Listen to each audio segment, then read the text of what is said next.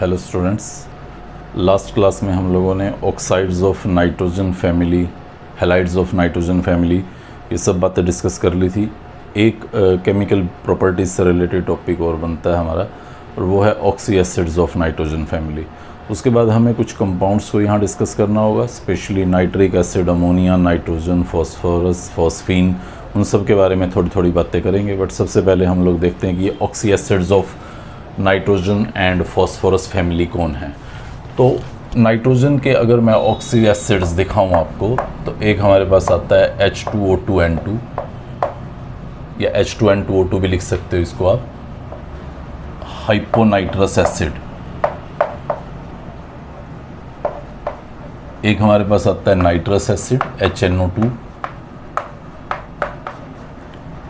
एक हमारे पास आता है नाइट्रिक एसिड HNO3। आप लोगों को याद होगा पीछे बेसिक कॉन्सेप्ट्स में बताया था मैंने कि ऑक्सी एसिड्स क्या होते हैं। तो ऑक्सी एसिड्स कुछ ऐसी स्पीसीज होती हैं जिसमें एलिमेंट के साथ आपको एटलीस्ट एक OH दिखाई देता है, कुछ और ना भी लगा हो तो H लगा हो सकता है, या डबली बॉन्डेड ऑक्सीजन हो सकता है। ये सब ऑक्सी एसिड्स की कुछ कैटेगरी रहती हैं जो हम लोग हर एक ग्रुप में स्टडी करते हैं। तो ये नाइट्रोजन के हमारे पास 3 ऑक्सी एसिड्स हैं। या मैं फास्फोरस के दिखाऊं तो एक हमारे पास आता है हाइपोफॉस्फोरस एसिड H3PO2, एक आता है फॉस्फोरस एसिड H3PO3, एक आता है फॉस्फोरिक एसिड H3PO4, एक आता है पर ऑक्सो फॉस्फोरिक एसिड H3PO5, और इससे इसी तरह से एक और काफ़ी इम्पोर्टेंट है, वो भी मेटाफॉस्फोरिक एसिड HPO3। तो ये सब हमारे पास ऑक्सी एसिड्स हैं फॉस्फोरस के। ये हमारे पास ऑक्सी एसिड्स थे नाइट्रोजन के। तो हम लोग एक बार इनके स्ट्रक्चर्स पे बात करेंगे कि इनका स्ट्रक्चर क्या है, कितने एच आयंस को रिलीज़ कर सकते हैं, मींस बेसिसिटी क्या है, या कुछ और इनके कैरेक्टर्स। तो फर्स्ट ऑफ ऑल नाइट्रोजन को देखते हैं। H2N2O2 हाइपोनाइट्रस एसिड, ऐसा रहता है ये, N डबल बॉन्ड N, एक OH लगा होता है, एक OH इसके साथ, और ये लोन पेयर यहाँ प्रेजेंट रहते हैं N पे। तो डेफिनेटली डाइबेसिक एसिड होगा, ये 2 H को रिलीज़ कर पाएगा। HNO2 को अगर आप देखें, काफ़ी अनस्टेबल एसिड है। NaNO2 में जब HCl मिलाया जाता है तो बड़ा ध्यान रखा जाता है temperature less than 4 degree Celsius होना चाहिए, तभी ये नाइट्रस एसिड स्टेबली हमें मिल पाता है। ये इसका बनाने का टेक्निक है। और स्ट्रक्चर अगर आप देखें तो OHN डबल बॉन्ड O, ये हमारे पास नाइट्रस एसिड रहता है। वहीं नाइट्रिक एसिड को अगर हम देखना चाहें तो नाइट्रिक एसिड कुछ ऐसा होता है, NOH डबल बॉन्ड O, जहाँ sp2 हाइब्रिडाइज्ड प्लेनर स्ट्रक्चर है ये। NaNO3 में HCl डाल के हम HNO3 प्रिपेयर कर सकते हैं। इसके अलावा सिंपली नाइट्रोजन के ऑक्साइड्स में वाटर डाल के भी आप HNO3 ऑब्टेन कर पाएंगे।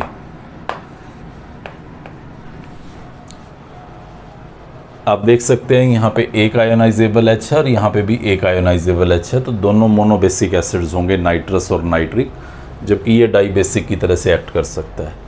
पर्टिकुलरली अगर आप देखें ऑक्सीडेशन स्टेट्स, तो यहाँ नाइट्रोजन पे +5 ऑक्सीडेशन स्टेट है, जबकि यहाँ नाइट्रोजन पे +3 ऑक्सीडेशन स्टेट है। तो +5 ऑक्सीडेशन स्टेट होने की वजह से ये बहुत अच्छा ऑक्सीडाइजिंग एजेंट है, जबकि +3 ऑक्सीडेशन स्टेट होने की वजह से ये अपनी ऑक्सीडेशन स्टेट को बढ़ा भी सकता है और ये अपनी ऑक्सीडेशन स्टेट को घटा भी सकता है। मतलब ऑक्सीडाइजिंग एजेंट भी एक्ट कर सकता है। ये यहाँ पे ऑक्सीडेशन कर रहा है तो रिड्यूसिंग एजेंट एक्ट कर रहा होगा, और ये यहाँ पे रिडक्शन कर रहा है तो मतलब ऑक्सीडाइजिंग एजेंट एक्ट कर रहा होगा, जबकि ये सिर्फ ऑक्सीडाइजिंग एजेंट एक्ट कर सकता है। हम लोग इन डिटेल नाइट्रिक एसिड को पढ़ेंगे, तो प्रेजेंटली आप सिर्फ इतनी ही बात याद रखें। उसके बाद हम देखते हैं 1 बाय 1 इन फॉस्फोरस के ऑक्सी एसिड्स को। तो सबसे पहले मैं आपको दिखा रहा हूँ hypophosphorous acid, hypophosphorous acid H3PO2। ये P के साथ एक डबल बॉन्ड ऑक्सीजन है, ये 2 H लगे हैं और एक OH लगा हुआ है। ये हाइपोफॉस्फोरस एसिड है जिसमें ये वाला एक H आयोनाइजेबल होता है, मतलब मैं कह सकता हूँ कि ये एक मोनोबेसिक एसिड है। ये एक अच्छा रिड्यूसिंग एजेंट भी होता है क्योंकि यहाँ पे P पे +1 ऑक्सीडेशन स्टेट है, तो P अपनी ऑक्सीडेशन स्टेट को +5 में कन्वर्ट करना चाहेगा। अपर लेवल पे एक पर्टिकुलर ग्रुप में हायर ऑक्सीडेशन स्टेट्स फिजिबल रहती हैं, स्टेबल रहती हैं, जबकि नीचे की तरफ लोअर। तो ये +5 से बहुत जल्दी +3 या +5 में, +1 से +3 या +5 में बदलना चाहेगा। रिजल्टिंग रिडक्शन ऑक्सीडेशन करेगा, मतलब as a reducing agent act कर पाएगा। NCERT का क्वेश्चन भी है ये कि H3PO2 क्यों एक अच्छा रिड्यूसिंग एजेंट है, क्योंकि वो +1 से +5 मतलब ऑक्सीडेशन कर सकता है, मतलब रिड्यूसिंग एजेंट है। बुक्स में जनरली आप ऐसा लिखा पाएंगे कि उसके पास 2 हाइड्राइड होते हैं, 2 H होते हैं जिसको वो रिलीज़ कर सकता है। ज़्यादा अच्छा आंसर है आप ऑक्सीडेशन स्टेट पे दें, बट इन H की प्रेजेंस पे भी आप दे सकते हैं। सो मोनोबेसिक एसिड है, रिड्यूसिंग एजेंट है, एक आयोनाइजेबल H है। दूसरा दिखाया है हमें H3PO3 phosphorous acid. Phosphorous acid ऐसा रहता है कुछ, P double bond O OH OHH, जहाँ P +3 स्टेट पे है। तो 2 आयोनाइजेबल H है, मतलब डाइबेसिक होगा। +3 है, मतलब यस अभी भी रिड्यूसिंग एजेंट की तरह से एक्ट कर सकता है। H की प्रेजेंस की वजह से कह लो, चाहे +3 का +5 बनने की टेंडेंसी की वजह से कह सकते हैं। ये फॉस्फोरस एसिड था।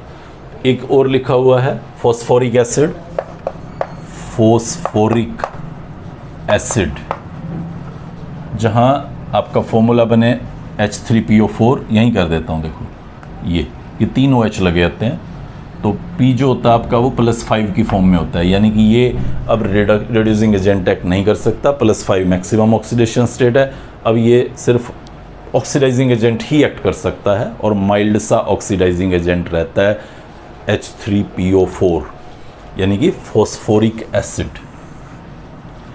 2 एसिड्स और आते हैं इससे पहले कि मैं आगे चलूं।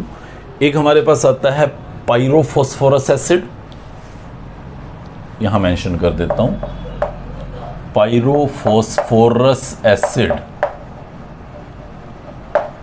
और एक आता है पायरोफॉस्फोरिक एसिड।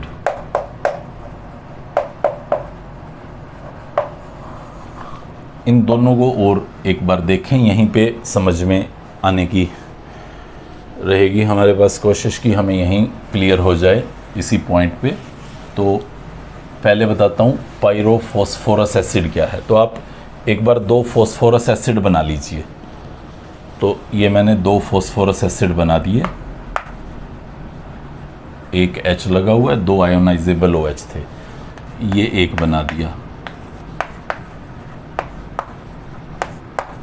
ये हमारे पास 2 फॉस्फोरस एसिड हैं, और अगर मैं इसके 2 मॉलिक्यूल्स को लेके एक वाटर एलिमिनेट कर दूं, ये वाटर एलिमिनेट कर दीजिए, तो हमारे पास ये बन जाएगा कुछ इस तरह का।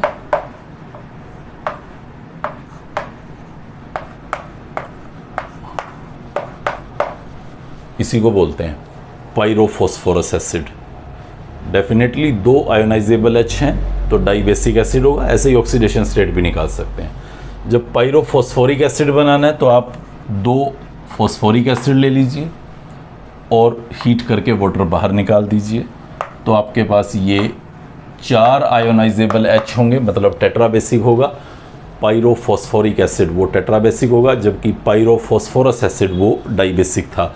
तो इन्हीं 2 ओरिजिनल एसिड से आपको पायरो एसिड्स बनाने थे। एक H3PO5 लिखा हुआ है पर ऑक्सो फॉस्फोरिक एसिड, पर oxo phosphoric acid, see here, ये है पर ऑक्सो फॉस्फोरिक एसिड H3PO5। वही 3 आयोनाइजेबल H है, बट एक पर ऑक्साइड ऑक्सीजन है, बस इतना सा फर्क है। एक और देखें, सबसे टॉप पे लिखा हुआ है मैंने HPO3, मेटाफॉस्फोरिक एसिड। ये जो मेटाफॉस्फोरिक एसिड है ये 2 फॉर्म्स में एग्जिस्ट करता है। एक इसकी ट्राइमेरिक फॉर्म है जो साइक्लिक है, और एक इसकी पॉलीमेरिक फॉर्म है जो लीनियर है। जैसे आप ट्राइमेरिक फॉर्म देखें तो ये 3 स्पेसिस कुछ इस तरह से साइकिल बनाएंगी।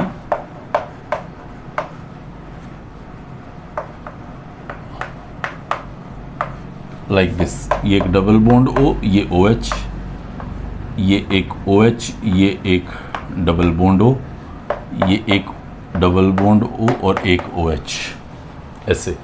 तो ये एक्चुअली अगर आप स्ट्रक्चर को ध्यान से देखेंगे तो ये HPO3 का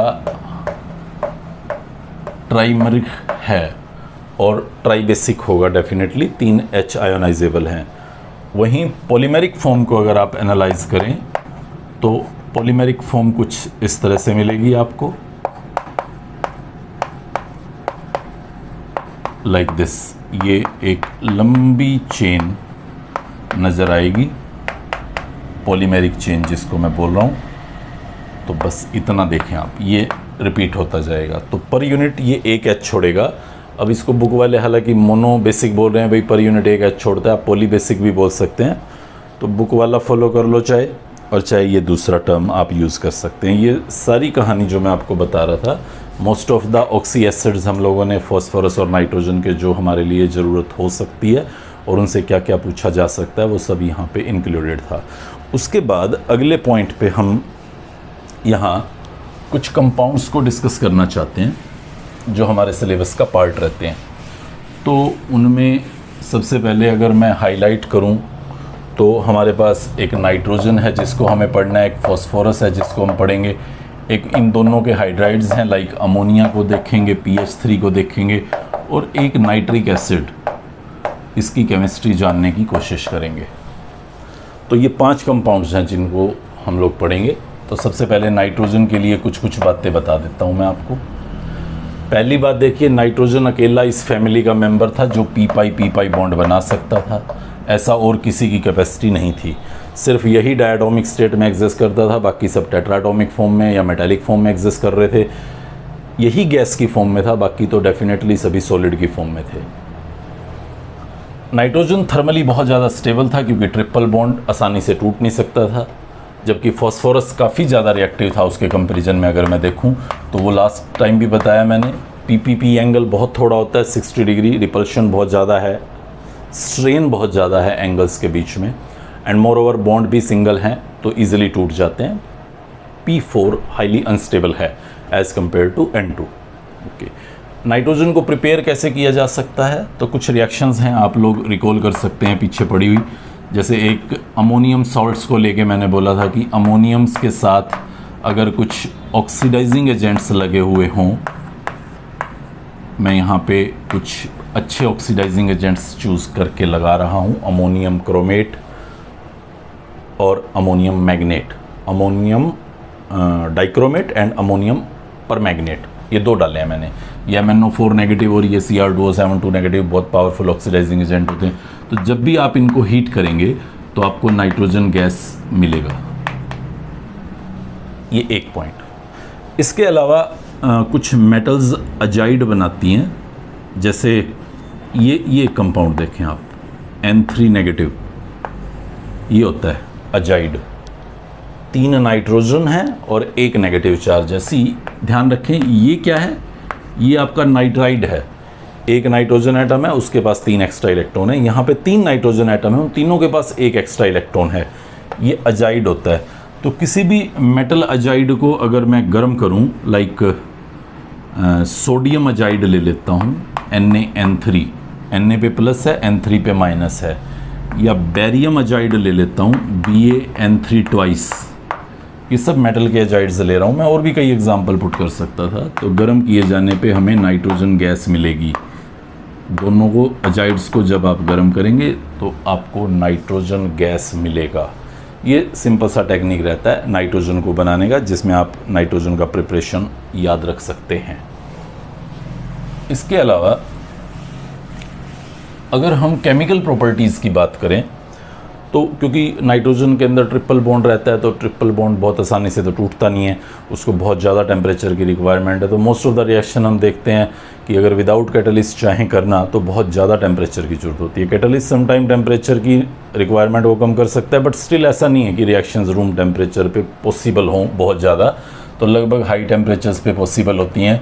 तो N2 की जब रिएक्शंस मैं देखने जाता हूँ नॉन मेटल्स के साथ देखूँ तो हाइड्रोजन के साथ मुझे पता है अमोनिया बनता है। एक वेल नोन प्रोसेस रहा है अमोनिया बनाने का, हेबर्स प्रोसेस बोलते थे इसको। एक एक्सोथर्मिक प्रोसेस होता था, इंडस्ट्री में अमोनिया बनाने की सबसे अच्छी रिएक्शन समझी गई है ये N2+3H2 गिव अमोनिया, जहाँ नाइट्रोजन इस हाइड्रोजन के साथ रिएक्शन कर रहा है, एक नॉन मेटल है। इसके अलावा अगर आप इसको लेट मी कॉल ऑक्सीजन के साथ रिएक्शन कराना चाहें तो भी ये NO और NO2 में बदल सकता है, बदल जाता है। रादर नाइट्रोजन ऑक्सीजन के साथ भी रिएक्शन कर सकता है। इसके अलावा अगर आप नाइट्रोजन को क्लोरीन जैसे कंपाउंड्स के साथ रिएक्शन करवाएं तो भी ये नॉन मेटल्स के साथ रिएक्शन करके अपने हैलाइड्स बना सकता है। मेटल्स के साथ अगर हम देखें तो मेटल्स के साथ भी ये रिएक्शन करता है। सपोज लिथियम के साथ मैं करवाना चाहूँ तो ये Li3n बना लेता है। हालांकि बाकी एल्कली मेटल्स के साथ ये नहीं करता, नाइट्राइड उनके स्टेबल नहीं होते, बट मैग्नीशियम के साथ अगर मैं नाइट्रोजन को डालूं तो ये भी नाइट्राइड बना सकता है। एल्युमिनियम के साथ मैं नाइट्रोजन डालूं तो ये भी नाइट्राइड बना सकता है। बट सभी रिएक्शंस ये कुछ ज़्यादा टेम्परेचर होता है तभी पॉसिबल होंगी, अदरवाइज़ पॉसिबल नहीं होंगी। इन सभी में नाइट्रोजन पे नेगेटिव चार्ज रहता है, -3 आयनिक कंपाउंड रहते हैं ये, और N3 नेगेटिव की फॉर्म में यहाँ एग्जिस्ट करेगा।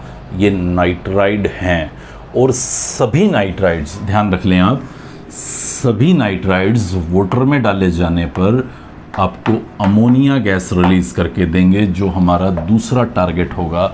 हम यहाँ पे इस अमोनिया को भी समझना चाहेंगे। तो इस तरह से आप देख पा रहे हैं ये मेटल्स के साथ, नॉन मेटल्स के साथ, सभी के साथ हाई टेम्परेचर पे केमिकल रिएक्शंस शो करता है। नेक्स्ट पॉइंट हमारे पास अमोनिया है। इसके बारे में हम देखते हैं प्रिपरेशंस कैसे की जा सकती हैं या प्रॉपर्टीज़ क्या हैं। तो अमोनिया को प्रिपेयर करने का एक सबसे अच्छा तरीका तो मैं ऑलरेडी आपको बता चुका हूँ, हेबर्स प्रोसेस है। N2+3H2 रिवर्सिबल रिएक्शन रहता है, बहुत अच्छी रिएक्शन नहीं है, तो हमें कई तरह के सेटलमेंट्स करने पड़ते हैं। कैटलिस्ट डाल दिया मैंने यहाँ पे, और अब मैं अमोनिया की यील्ड को मैक्सिमम पाने के लिए यहाँ पे अप्लाई करता हूँ ली चैटलियर प्रिंसिपल। ये क्लास 11 का पढ़ा हुआ बहुत इंपॉर्टेंट टॉपिक रहता था, ली चैटलियर प्रिंसिपल। तो वो ली चैटलियर प्रिंसिपल हमें सजेस्ट करता है कि अगर हम किसी रिएक्शन में जो रिवर्सिबल है, जो इक्विलिब्रियम में एग्जिस्ट कर रही है, हम कुछ चेंजेस लगाएं तो रिएक्शन उस चेंजेस को अंडू करने की कोशिश करती है। मतलब अगर हम कुछ बढ़ा दें तो वो उसको घटाने की कोशिश करती है। तो क्योंकि मैं यहाँ पे अमोनिया ज़्यादा से ज़्यादा पाना चाहता हूँ तो मैं क्या करूँगा, मैं यहाँ डिक्रीज़ कर दूँगा टेम्परेचर, इंक्रीज़ कर दूँगा प्रेशर, कंटिन्यूसली इंक्रीज़ करता जाऊँगा concentration of nitrogen and hydrogen, और कंटिन्यूसली रिमूव करता जाऊँगा यहाँ से अमोनिया को। तो ये चारों फैक्टर ली चैटलियर प्रिंसिपल के अकॉर्डिंग रिएक्शन को मोर एंड मोर फॉरवर्ड में लेके जाएंगे। क्योंकि जैसे ही मैं टेम्परेचर डिक्रीज़ करता हूँ, मतलब हीट कम करता हूँ तो रिएक्शन उस डायरेक्शन में जाएगी जहाँ पे हीट निकल रही है, यानी कि फॉरवर्ड डायरेक्शन में। प्रेशर बढ़ाने पे रिएक्शन जाती है उधर जहाँ पे नंबर ऑफ मोल्स डिक्रीज़ होते हैं, तो 4 मोल से 2 मोल जा रहा है। डिटेल आप क्लास 11 में पढ़ के आ चुके हैं, पीछे भी एक लेक्चर में बताया मैंने, तो आप वहाँ पे भी इसको समझ सकते हैं कि अंडू कर रहा है। प्रेशर बढ़ा रहा हूँ तो इसकी कंसंट्रेशन भी बढ़ रही है, इसकी भी बढ़ रही है। इसकी मान लो प्रेशर डबल कर दिया, इसकी कंसंट्रेशन डबल होगी, इसकी भी डबल होगी। इसकी 4 मोल से 8 मोल, इसकी 2 मोल से 4 मोल, तो इसकी इंक्रीज़ ज़्यादा है, रिजल्टिंग ये कम होने की कोशिश करता है, यानी कि फॉरवर्ड डायरेक्शन में जाता है। एंड सिमिलरली यहाँ से अगर अमोनिया रिमूव करूँगा तो बनने की कोशिश करेगा, N2H2 डालूंगा तो वो भी कम होने की फॉरवर्ड डायरेक्शन में जाके कोशिश करेगा, यानी कि मोर एंड मोर अमोनिया बनता चला जाएगा। तो इस तरह से ली चैटलियर प्रिंसिपल अप्लाई करके मैं यहाँ पे अमोनिया को फॉर्म कर सकता हूँ। एक मेरे पास रिएक्शन आता है कैल्शियम साइनामाइड CaCN2। इस कैल्शियम साइनामाइड को, कैल्शियम कार्बाइड को नाइट्रोजन के साथ गर्म करते हैं बहुत हाई टेम्परेचर पे, तो ये कैल्शियम साइनामाइड मिलता है। इसके अंदर वाटर डाले जाने पर मुझे कैल्शियम कार्बोनेट और अमोनिया मिलेगा। तो ये भी अमोनिया बनाने की एक इफ़ेक्टिव रिएक्शन हो सकती है। इसके अलावा अगर मैं कुछ ऑर्गेनिक कंपाउंड्स लूँ, स्पेशली अमीन्स, और उसके अंदर NaOH डाल देता हूँ, तो भी मुझे अमोनिया गैस हीटिंग करने पे मिलता है। पर हमें ध्यान रखना होगा ऑर्गेनिक कंपाउंड्स में ये नाइट्रोजन एजो की फॉर्म में या नाइट्रो की फॉर्म में नहीं होना चाहिए। अगर वो एजो या नाइट्रो फॉर्म में है तो उस टाइम पे NaOH हीट करने पे नाइट्रोजन अमोनिया गैस नहीं देता। बट अगर अमीन्स की फॉर्म में है तो डेफिनेटली वो आपको अमोनिया गैस देगा। ये प्रिपरेशंस हैं जो आप अमोनिया से रिलेटेड याद रखें। उसके बाद हमारे पास आती हैं प्रॉपर्टीज़। तो प्रॉपर्टीज़ में फ़िज़िकल प्रॉपर्टी में दिखाऊं तो ये काफ़ी कैरेक्टरिस्टिक पंजेंट स्मेल है इसकी, और ट्रांसपेरेंट है, वाटर में बहुत अच्छा सॉल्यूबल है, और हाइड्रोजन बॉन्डिंग होने की वजह से। केमिकल प्रॉपर्टीज़ में स्पेसिफिकली मैं देख सकता हूँ कि वो एज ए बेस एक्ट करता है, बहुत बढ़िया वो एज ए बेस एक्ट कर सकता है। बहुत कम चांस रहते हैं बट वो एज एन एसिड भी एक्ट कर सकता है, बहुत कम चांस है। हालांकि बहुत सारी रिएक्शंस हम लोग आगे आने वाले टाइम में पढ़ेंगे जहाँ पे वो एज ए लिगेंड्स एक्ट कर सकता है। अभी शायद अच्छे से पता भी नहीं है कि लिगेंड्स क्या होते हैं, बट बहुत जल्दी समझ जाएंगे। आज थोड़ा बहुत आइडिया आप लोगों को मैं दे दूंगा कि वो लिगेंड्स क्या होते हैं। तो वन बाय वन हम इन सब पे एक बार बात कर लेते हैं कि वो कैसे एक्ट करता है। मैं प्रॉपर्टीज़ तो और भी बता सकता हूँ। रिएक्शंस में वो एज ए न्यूक्लियोफाइल एक्ट करता है, मतलब न्यूक्लियस के ऊपर अटैक करने की टेंडेंसी है। कार्बन प्लस पे वो बहुत अच्छे से अटैक कर पाता है। बट ये सारी बातें हम लोग आज यहाँ पे नहीं समझ पाएंगे। आने वाले चैप्टर्स में कुछ इनऑर्गेनिक में और कुछ ऑर्गेनिक में ही हम इन सब को समझने की कोशिश कर रहे होंगे। जैसे एज ए बेस देखिए आप, जैसे मान लीजिए मैंने अमोनिया ले लिया, मुझे पता है उसके पास लोन पेयर होता है और लोन पेयर किसी को भी डोनेबल है। अगर मैं HCl डाल देता हूँ सपोज़ करें, तो ये इसके H+ को लेके अमोनियम क्लोराइड बना लेगा। अब आप एसिड बदलिए, HCl ले लीजिए, H2SO4 ले लीजिए, HBr ले लीजिए, कोई भी लीजिए। जैसे मैंने अमोनिया में BF3 ले लिया, मुझे पता था लेविस एसिड होता है, तो खाली ऑर्बिटल होती है इसके पास लोन पेयर है, तो ये आपस में रिएक्शन करके इस तरह से सॉल्ट लाइक फॉर्मेशन कर सकते हैं। ये BF3 और NH3 का रिएक्शन भी एक एसिड बेस रिएक्शन है। तो ये हम देख पा रहे हैं कि किस तरह से एज ए बेस एक्ट करता है। हमें थोड़ा अजीब लगता होगा कि वो एसिड कैसे एक्ट कर पाएगा, एसिड तो एक्ट नहीं कर पाएगा, लेकिन आप देखें थोड़ा ध्यान से कुछ रिएक्शंस में आपको नज़र आएगा कि वो H के ऊपर पॉजिटिव चार्ज भी पोजेस करता है। और H के ऊपर पॉजिटिव चार्ज होने पे क्या होता है, जब मैं कोई बहुत अच्छे बेस को यूज़ कर लूँ यहाँ, लाइक सोडियम को यूज़ कर लूँ या ग्रिग्नार्ड रीजेंट को यूज़ कर लूँ, R- MgX पॉजिटिव, तो ये यहाँ से इस हाइड्रोजन को आउट कर सकते हैं। जैसे सोडियम हाइड्रोजन गैस को निकाल देता है और हमारे पास NH2 negative Na positive sodamide बन जाता है। जबकि ग्रिग्नार्ड रीजेंट को अगर मैं डालूं तो वो R नेगेटिव भी इसके H को आउट कर देता है, यानी कि कोई एल्केन, मीथेन, इथेन वगैरह R के ऊपर डिपेंड करेगा, वो निकल जाएगा और आपको NH2 नेगेटिव MgX पॉजिटिव ये इस तरह का एक प्रोडक्ट दिखाई देगा। तो आप यहाँ पे ये, हालांकि अभी बहुत फ्रीक्वेंटली नहीं देखी होंगी हमने, बट आने वाले टाइम में देखेंगे कि अमोनिया एक एसिड की फॉर्म में भी एक्ट कर सकता है। इसके अलावा अगर हम इसकी कुछ रिएक्शंस में देखें कि अगर हम उसे किसी मेटल आयन के अंदर डाल दें तो क्या होगा। मेटल आयंस के अंदर, जैसे मान लीजिए मेरे पास कॉपर सल्फेट था और मैं इसके अंदर अमोनिया ऐड कर देता हूँ, तो मुझे ये कुछ इस तरह का कंपाउंड बनता नज़र आता है।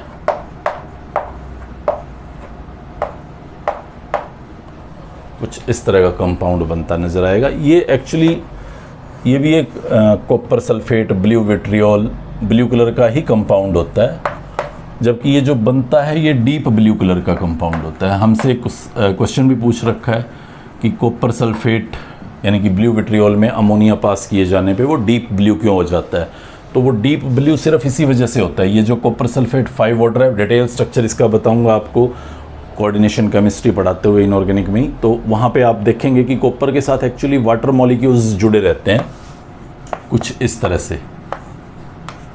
ये वाटर के मॉलिक्यूल्स कोऑर्डिनेटेडली बॉन्डेड होते हैं। आज डिटेल नहीं पढ़ाना चाहता उसकी मैं, तो जब आगे टाइम आएगा तो उस टाइम बताएंगे कि इस तरह से वो वाटर जुड़े रहते हैं और अमोनिया आके वाटर को डिस्प्लेस करके खुद जुड़ता है। तो ये जो इलेक्ट्रॉन डोनर स्पीसीज होती हैं, ये जब मेटल को इलेक्ट्रॉन डोनेट करती हैं और कोऑर्डिनेट बॉन्ड बनाती हैं उनके साथ, तो उनको बोला जाता है लिगेंड्स। तो अभी वेट कर लीजिए इसके बारे में इन डिटेल, बस इतना ध्यान रख लीजिएगा कि अमोनिया इस तरह से कुछ रिएक्शंस दिखा सकता है जिसमें वो मेटल को इलेक्ट्रॉन डोनेट करता है, अपना पेयर ऑफ इलेक्ट्रॉन। हमें लगेगा ये तो वही लेविस बेस वाली कहानी है, कोई अलग थोड़ी है, समझ सकते हैं आप, बट एक टर्म, एक फीचर उसका आपको एडिशनली ध्यान रखना है।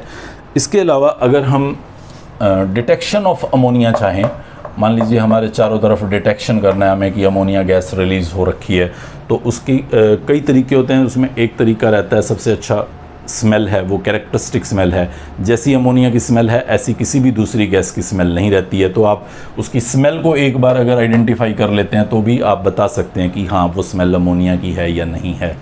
तो ये एक सबसे इम्पोर्टेंट क्लू रहता है। इसके अलावा मान लीजिए मैं डाउटफुल हूँ, मुझे डाउट हो रहा है कि इस टेस्ट ट्यूब से अमोनिया बाहर निकल रहा है, तो मैं एक HCl से डिप्ड रोड को यहाँ रख दूँगा। तो अमोनिया क्या करता है, उस HCl के साथ रिएक्शन करता है, सिंपल एसिड बेस रिएक्शन है जिसमें वो अमोनियम क्लोराइड बनाता है। और ये अमोनियम क्लोराइड के जो वेपर्स यहाँ से निकलते हैं वो एक्चुअली डेंस वाइट होते हैं। सो डेंस वाइट फ्यूम्स आपको यहाँ से निकलती दिखाई देंगी, और अगर इस रोड पे टच होने के बाद ये फ्यूम्स डेंस वाइट हो रही हैं तो आप काफ़ी कंफर्टेबली बोल सकते हैं कि यहाँ से निकलने वाली गैस अमोनिया ही था। इसके अलावा एक और बहुत बढ़िया टेस्ट है, एक रीजेंट आता है रादर हमारे पास, नेस्लर रीजेंट। अमोनिया को डिटेक्ट करने में ये लाजवाब है। ये फार्मूला रहता है K2HgI4, नेस्लर रीजेंट। तो जब इस नेस्लर रीजेंट को अमोनियम आयंस या अमोनिया में डाला जाता है तो हमें ये एक कंपाउंड देता है NH2HgOI, इसको बोलते हैं मिलन्स बेस। तो ये मिलन्स बेस ब्राउन कलर का रहता है। तो ब्राउन कलर आपको, ब्राउन प्रेसिपिटेट्स रादर आपको दिखाई देंगे जैसे ही आप नेस्लर रीजेंट को अमोनिया के अंदर डालते हैं। तो ये काफ़ी इंपॉर्टेंट टेस्ट्स हैं जो हम ध्यान रख सकते हैं कि अमोनिया को डिटेक्ट कैसे किया जा सकता है। इसके अलावा अगर हम कुछ और रिएक्शंस देखें यहाँ अमोनिया की, ये मिलन्स बेस HgOHgI, ये मिलन्स बेस है जिसका ब्राउन कलर मैं आपको बता रहा था। तो अगर मैं कुछ और अमोनिया की रिएक्शंस देखूँ यहाँ पे, लाइक अमोनिया को अगर मैं कार्बन डाइऑक्साइड के साथ गर्म कर रहा हूँ तो उस टाइम पे मुझे एक बड़ा इम्पोर्टेंट ऑर्गेनिक कंपाउंड बनता नज़र आएगा, NH2CONH2, यूरिया। इसके अलावा एक्सेस अमोनिया के अंदर अगर मैं क्लोरीन को रिएक्ट कराऊँ, एक्सेस अमोनिया लिया है मैंने और उसके अंदर अगर मैं क्लोरीन को रिएक्ट कराता हूँ तो ये मुझे एक बहुत ही इम्पोर्टेंट कंपाउंड देता है, अमोनियम क्लोराइड। साथ में नाइट्रोजन गैस यहाँ से रिलीज़ हो जाएगा। बट अगर मैं क्लोरीन को एक्सेस में ले लेता हूँ तो उस टाइम पे कहानी बदल जाती है। उस टाइम पे आपको NCl3 ट्राईक्लोरो प्रोडक्ट दिखेगा नाइट्रोजन का। कब? जब आप क्लोरीन को एक्सेस में यहाँ यूज़ करेंगे।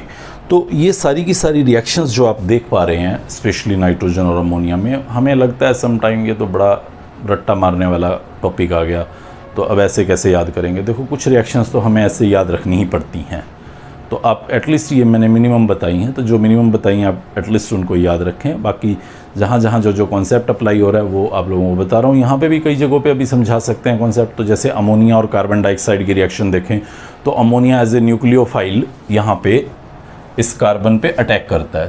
ये CO2 रहता है और ये अमोनिया, तो ये N यहाँ पे अटैक करके आपका फर्दर रिएक्शन को प्रोसीड करता है। लेकिन अभी सूटेबल स्पेस नहीं है, हम यहाँ पे नहीं पढ़ना चाहते। ऑर्गेनिक के दौरान इस तरह की रिएक्शंस और उनके मैकेनिज्म में ही इन बातों को समझ के फिर यहाँ इजीली अप्लाई कर पाएंगे। तो आई होप आप इन सब चीज़ों को ये टेंशन मान के ना पढ़ें कि ये रट्टा मारने की चीज़ है और हम कैसे इसको याद करें।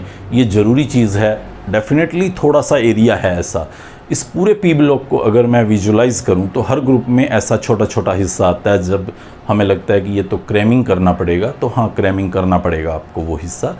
सारी प्रॉपर्टीज़ और कॉन्सेप्ट्स नहीं चलते इसमें, कुछ रिएक्शंस भी आपको याद रखनी है। नेक्स्ट लेक्चर के अंदर हम लोग यहाँ पे फॉस्फोरस, फॉस्फीन और नाइट्रिक एसिड, इन तीनों को थोड़ा थोड़ा एरिया, फॉस्फीन फॉस्फोरस तो बहुत ही थोड़े, आई थिंक 5-7 मिनट लगेंगे, और नाइट्रिक एसिड पे कुछ टाइम स्पेंड करके हम इस ग्रुप 15 की कहानी को क्लोज करेंगे। और फिर अगले ग्रुप्स में बिल्कुल यही चीज़ें कॉपी करते हुए एज इट इज़ अपने पॉइंट्स को दोबारा से with new examples in new group हम स्टडी करेंगे।